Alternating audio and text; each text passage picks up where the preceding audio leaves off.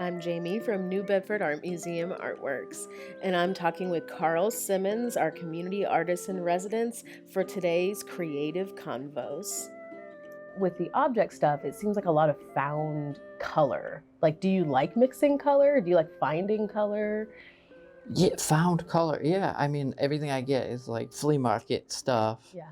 or yard sale stuff. I was gonna buy like a bunch of stuff for the museum space, and yeah, I just gonna get it online. I just couldn't quite do that, But part of me felt bad about contributing to buying plastic now, Sure. But vintage plastic, it's already here, and it has this like, I'll say patina, just to be able to say it.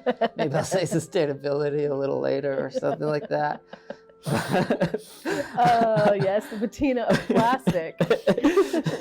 I love it. But, you remarked about like that. I don't even know what that is. A bumper, I guess, that buoy that's been out in my yard for 6 years. I found that on, where did I find that? Palmer's Island.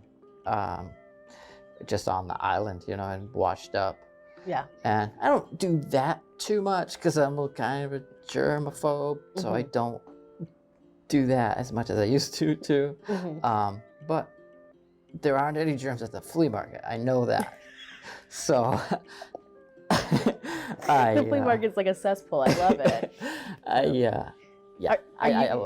like, and it's cheaper. That stuff's always cheaper, Sure.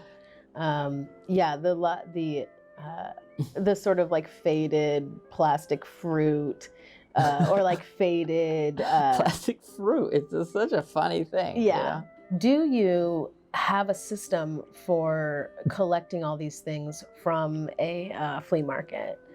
Do I have a system? Yeah. I often like need to get something. I haven't been to the flea market in a year, Yeah. I just started going to Cottage Antiques again. Yeah,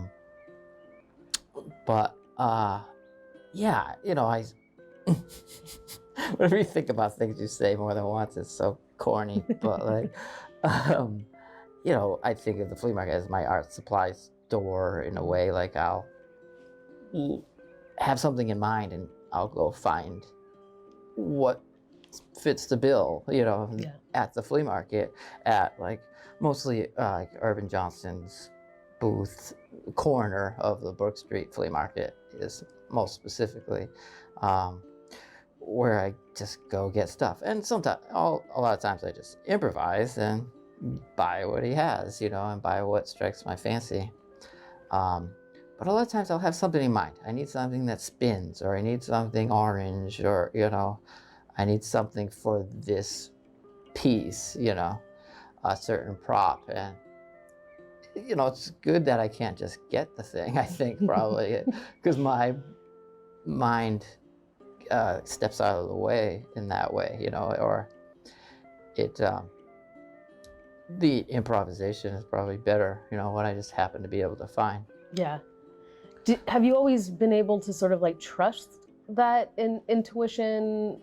Because it feels like you would have to like work up to trusting that your own aesthetic well enough to be like, okay, I need something orange. Yeah. Yeah. I think I don't know.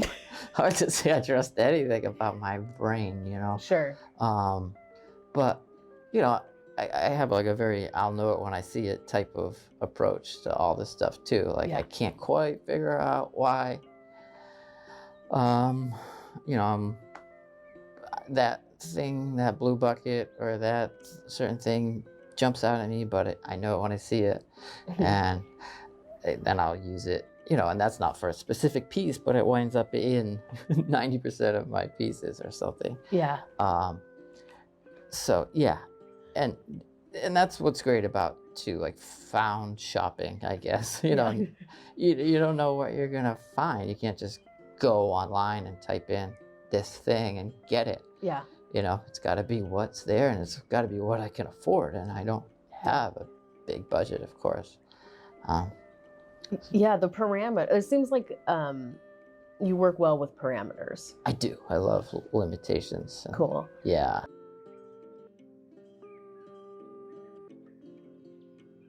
Hey, thanks for watching.